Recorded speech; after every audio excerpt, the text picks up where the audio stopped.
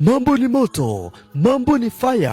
Mabadiliko yametujia kwenye kambi ya wakimbizi Nyarugusu. Ni nani huyo aliyeleta mabadiliko hayo? Ni kijana mdogo mwenye miaka 25 aitwaye kwa jina la Juma Ali Ilali.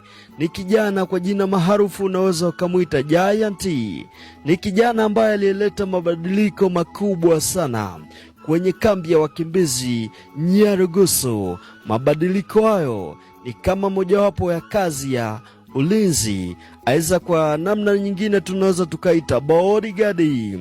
Je, swali linakuja, kijana huyo alikutana wapi na msanii aitwaye kwa jina la Folo Bugatti Fulu Matete? Bana, alivyokuja kwenye kambi ya wakimbizi Nyarugusu, kijana huyo alikuta vijana wapo wenye misuli, wenye nguvu kama za kwake, lakini walikuwa na pazia kwenye uso. Hawakuwa najua hiyo ni kazi mojawapo ya kuwaingizia kipato.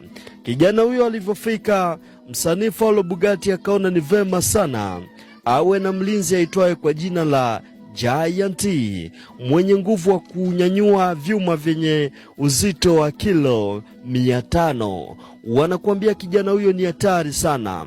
Aliwahi kujifunza kazi mbalimbali kama boxing, kung fu. Kijana huyo yuko vizuri sana. Ukimwangalia amejazia, mkono umejaa vizuri, ana uwezo mkubwa. Akiwa kwenye kazi waga yupo serious. Uwezo ukaamini kuwa anakuaga na cheka. Ni kijana mwenye nguvu sana. Anakuambia akiwa kwenye kazi mzaa pembeni.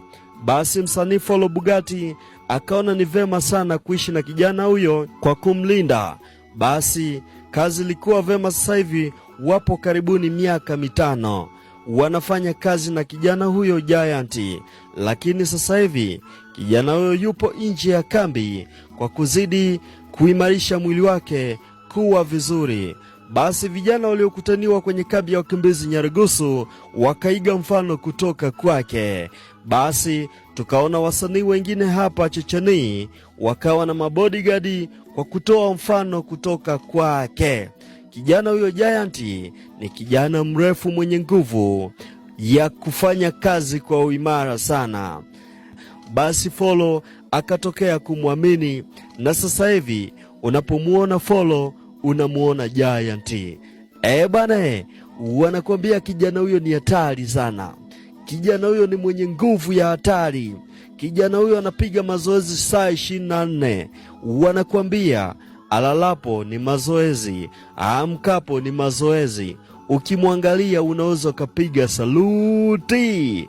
Huyo anaitwa kwa jina maarufu